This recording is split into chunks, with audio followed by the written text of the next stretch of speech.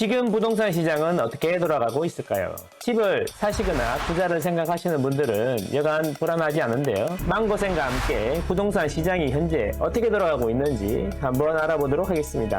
투자나 내 집 마련을 결정하시는데 많은 도움이 될 것이라 생각합니다. 지금 시작하겠습니다. 아파트는 망고쌤. 자, 부동산 시장을 먼저 알아보려면 제일 중요한 게 있죠. 금리죠, 금리. 최근에 제일 중요하게 보고 있는 것이 금리입니다. 아무래도 아직도 금리가 높기 때문에 금리의 방향이 부동산 시장에 많은 영향을 주는 것이 맞죠. 최근에 미국이 기준금리를 올릴지도 모른다라는 이야기까지 있었는데 막상 뚜껑을 열어보니 새로운 이야기들이 나오고 있습니다. 어떤 이야기일까요? 파월 의장의 돌직구, 다음 금리 인상 없을 것. 이 이야기인데요. 파월 의장이 이런 이야기를 했습니다. 금리 인상은 없을 것이다. 다만 금리 인하의 시기가 조금 늦춰질 수 있다. 이런 이야기를 했습니다. 결국 금리는 앞으로 내려갈 수밖에 없는데 그 시기가 좀 길어질 것이다 라는 결론이 있는 것이죠. 그렇다면 부동산 시장은 어떻게 될까요? 주식이나 코인처럼 실시간으로 가격이 움직이는 게 아닙니다. 부동산은 한번 사면 최소 2년은 가지고 있어야지 세금 혜택까지 발생하는데요. 그래서 우리가 내 집 마련이나 투자를 생각하실 때 2년 단위로 생각하는 것입니다. 전세 만기도 2년이잖아요. 그래서 2년 정도 시간을 놓고 보면 금리는 어떻게 되어 있을까요? 내려가 있을까요? 올라가 있을까요? 그렇게 보면 앞으로 금리는 부동산 시장의 긍정적인 모습으로 바뀔 것이다 라는 생각입니다. 우리가 보통 KB나 한국부동산원에 나오는 주간 데이터들은 실거래 가격을 조금 늦게 반영하는 경향이 있습니다. 그래서 최신 경향을 알려면 실거래 가격을 보셔야 되는데 그래서 망고쌤이 실거래 가격을 자주 말씀드리는 것입니다. 그런데 실거래 가격 지수는 한 달 반 늦게 나오니까 실시간으로 실거래되는 것을 집계해서 지난달 대비해서 가격이 어떻게 흐르고 있는지를 만들어서 보여드리고 있습니다. 같이 한번 보실까요? 이 화면인데요. 4월 1일 기준으로 보면 100.5%, 3월은 100.3%. 그러니까 여기 보시면 4월 달에는 지난달 대비해서 0.5% 오른 가격으로 거래가 되었고 3월 같은 경우에는 0.3% 오른 가격으로 거래가 되었다. 이런 말씀 드리겠습니다. 그렇다면 실거래 가격은 올라서 거래가 되고 있네요. 0.3%나 0.5%는 2023년 7월, 8월보다 조금 모자란 수치긴 하지만 어디를 봐도 시장에서 이야기가 많이 나오는 것처럼 총선 이후에 가격이 하락하고 있다라는 증거는 없는 것 같습니다. 3월 서울의 아파트 거래량이 4천 건을 넘어서면서 2년 8개월 만에 최고치를 기록했는데요. 이 3월의 추세가 4월에도 연결이 될지 매우 중요하겠습니다. 4월 거래량은 어떻게 되고 있을까요? 서울부동산 정보광장에 따르면 4월 현재 2325건입니다. 지금 방송일이 5월 2일인데요. 2325건이면 3월달 비해서는 생각보다 거래량이 적은 것 같기도 합니다. 그런데 망고쌤의 4월 5일 라이브 방송을 기억하시는지 모르겠습니다. 당시에 3월 거래량이 4월 5일 기준으로 2,587건이었는데요. 지금 방송일 기준 5월 2일 거래량이 2,325건이라는 겁니다. 자, 이틀 정도 아직 남아있긴 한데 3월 거래량보다는 조금 적게 나올 것 같습니다. 그 이야기는 아마도 4월 거래량이 3월 거래량에는 못 미치겠지만 3월 거래량보다 약간 적은 수준에서 거래가 되지 않을까라고 예상할 수가 있습니다. 그렇다면 4월 거래량도 4천 건을 조금 못 미치는 수준이 되지 않을까라고 예상할 수 있는데요. 이것이 매우 긍정적인 요소라고 저는 생각이 됩니다. 그래서 총선 이후에 떨어진다는 이야기는 신빙성이 떨어지지 않나 이런 생각을 다시 해봅니다. 자, 대출입니다. 가계대출 불시 안 빠졌다. 5대은행 한 달 만에 5.6조 원 반등했다라는 기사인데요. 연합뉴스의 5월 2일자 기사입니다. 지난달에 3월달 은행권 가계대출이 대폭 감소했다는 이야기를 하면서 총선 이후에 가격이 떨어질 거다. 사람들이 주택시장에 대해서 부정적으로 보면서 주담대가 적어진 것이다. 그래서 총선 이후에 가격이 하락할 것이다 라는 주장이 있었는데요. 사실 그때 제가 이런 말씀을 드렸습니다. 3월에 은행권 주담대가 감소한 이유는 신생아 특례론이라든지 디딤돌 대출 등 국가에서 시행하는 저금리 상품들이 국가 돈으로 시행이 되면서 은행에서 통계를 안 잡혔을 뿐이다. 그래서 3월 달도 가계대출은 실제로 증가했다라고 말씀을 드렸었습니다. 한국은행에서도 비슷한 이야기를 했었는데요.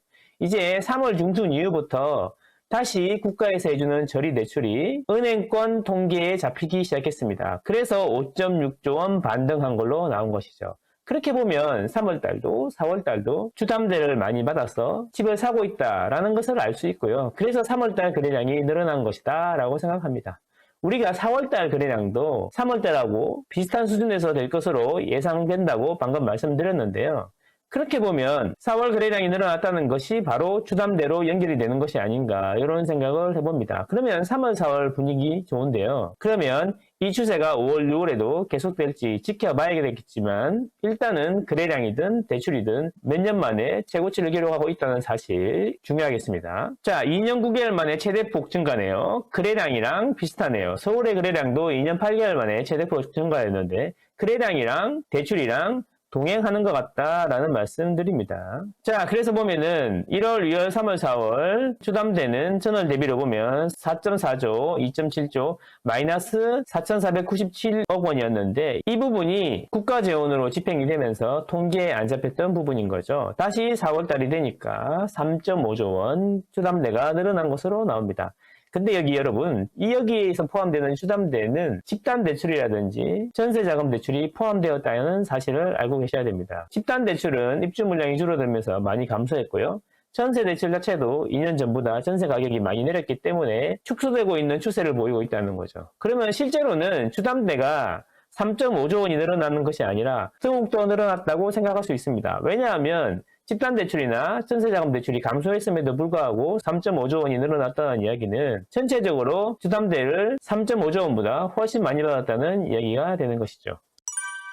자, 큰 손들이 바뀌고 있습니다. 40대가 주택시장의 큰 손이었는데 30대로 바뀌고 있다. 이 이야기는 신생아 대출이 큰 영향을 미치고 있지 않은가, 그리고 저가시장에 30대들이 많이 참여하고 있는 거 아닌가, 이런 이야기가 나옵니다. 그래서 거래량을 보면 노원구 같은 경우에 거래량이 많이 증가한 것을 알 수가 있습니다. 구독, 좋아요, 구독, 좋아요. 자, 심리와 수급, 금리도 받고요. 실거래 가격도 받고, 대출 증가도 받습니다. 그리고 누가 집을 많이 사는지도 확인해 봤는데요. 심리와 수급을 한번 보도록 하겠습니다. 심리와 수급은 이렇게 보시면 되겠습니다. 지금 현재 집을 살려고 문의하는 사람들이, 매수하려고 문의하는 사람들이 많은지 매도하려고 문의하는 사람들이 많은지를 심리라고 하고요.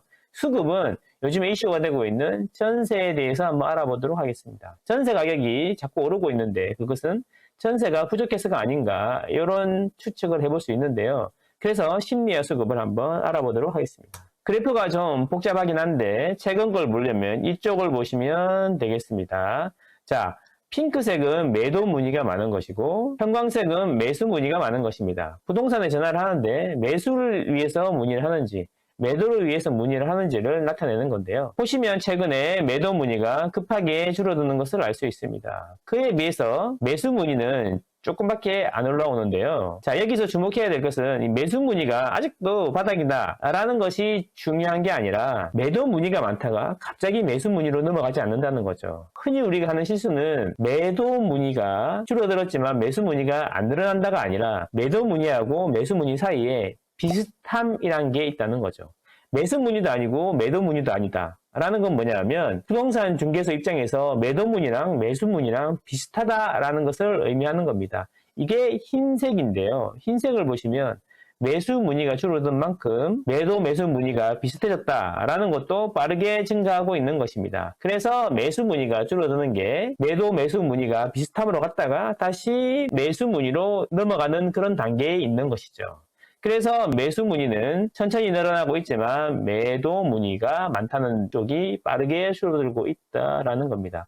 이 신호는 심리가 바닥을 찍은 것이 아닌가라고 추측해 볼 수 있겠습니다. 물론 아직도 여전히 낮은 수준에 있지만 부동산 시장은 방향성이 중요한 것이잖아요. 큰 돌을 태우는 거하고 비슷하다고 제가 여러 번 말씀드렸습니다. 큰 돌은 천천히 싣고 천천히 달아오릅니다. 그런 면에서 보면 지금은 천천히 달아오르고 있는 것이 아닌가라고 추측해 볼 수 있겠습니다. 다음은 요즘 말이 많은 전세 수급인데요. 부동산 중개소에 설문을 해서 전세 매물이 많습니까? 전세 찾는 사람이 많습니까? 를 물어보는데요. 공급이 충분하다라고 느끼면 핑크색으로 나오게 되고요. 공급이 부족하다라고 하면 형광색으로 나옵니다. 무슨 이야기냐? 전세 공급이 충분하다라는 이야기는 전세를 내놓는 사람들은 많고 찾는 사람들이 없기 때문에 전세 가격이 안정되고 하락할 수 있다라는 건데요. 자, 전세 공급이 부족하다는 것은 전세 내놓는 사람은 없고 찾는 사람이 많기 때문에 전세 가격이 오를 수가 있는 거죠. 자, 매수와는 반대로 지금 전세 공급이 부족하다는 이야기가 훨씬 더 빠르게 증가하고 있다는 것을 우리는 알 수 있습니다. 비스테어는 크게 오르거나 내리는 움직임은 없습니다. 자, 그 반면에 전세 공급이 많다는 이야기는 빠르게 줄어들고 있습니다. 이것을 보면 전세 매물이 많이 부족함을 알 수 있고 전세 가격이 오른다는 이야기가 사실이라는 것을 알 수 있게 됩니다. 일부에서는 전세 가격이 빠르게 오르지 않을 거다라고 주장하시는 분들도 계신데 시장에서는 이렇다라는 겁니다. 그래서 전체적으로 현재 시황을 정리해보면 5월 2일 기준으로 금리는 올라갈 가능성은 이제 낮아졌고 내려가겠지만 천천히 내려갈 것이다 라는 것이 중론이 되었습니다. 자, 그리고 거래량은 증가하고 있고요. 3월에 이어서 4월 달에도 여전히 증가하고 있다. 거래량 증가와 함께 실거래 가격도 상승하고 있다. 거래량이 증가하는데 실거래 가격이 상승하면서 증가하고 있다라는 것입니다. 자, 주담대는 거래량과 마찬가지로 증가하고 있다. 거래량이 늘어나니까 보통 대출을 받아서 집을 사시는 분들이 많잖아요. 그래서 거래량 증가와 주담대 증가는 비례합니다. 그래서 주담대도 증가하고 있다. 매수 심리는 보시는 것과 같이 바닥을 찍고 상승하고 있다. 전세 수급은 매우 불안하다. 전세를 찾는 사람은 많은데 전세를 내놓는 사람들이 적어져서 가격이 상승하고 있다. 전체적으로 볼 때 어디에도 총선 이후에 가격이 급락할 것이다 라는 증거는 나타나고 있지 않습니다. 제가 급등을 주장하는 것이 아닙니다. 저는 2023년 상반기부터 지속적으로 말씀드렸습니다. 급등도 없고 급락도 없을 것이다. 자, 급등이나 급락에 빠져있지 말고 객관적으로 시장을 바라볼 필요가 있습니다. 2022년 하반기 급락을 보면서 우리는 하락한다는 이야기에 더 관심을 가지게 됩니다. 하지만 실제로는 2023년 초부터 2024년 상반기 현재 실거래 가격 기준으로는 계속 가격이 오르고 있다는 것이고 전세 가격은 1년 넘게 계속 오르고 있다는 것이 팩트입니다. 그리고 3, 4월 분위기도 여전히 이렇게 상승 쪽에 무게를 두고 있다는 것이 팩트입니다. 팩트를 기반으로 시장을 보시면 좋을 것 같습니다. 이렇게 시황을 알아봤는데요. 여러분은 현명하시니까 좋은 결정을 내리실 거라고 생각합니다. 감사합니다.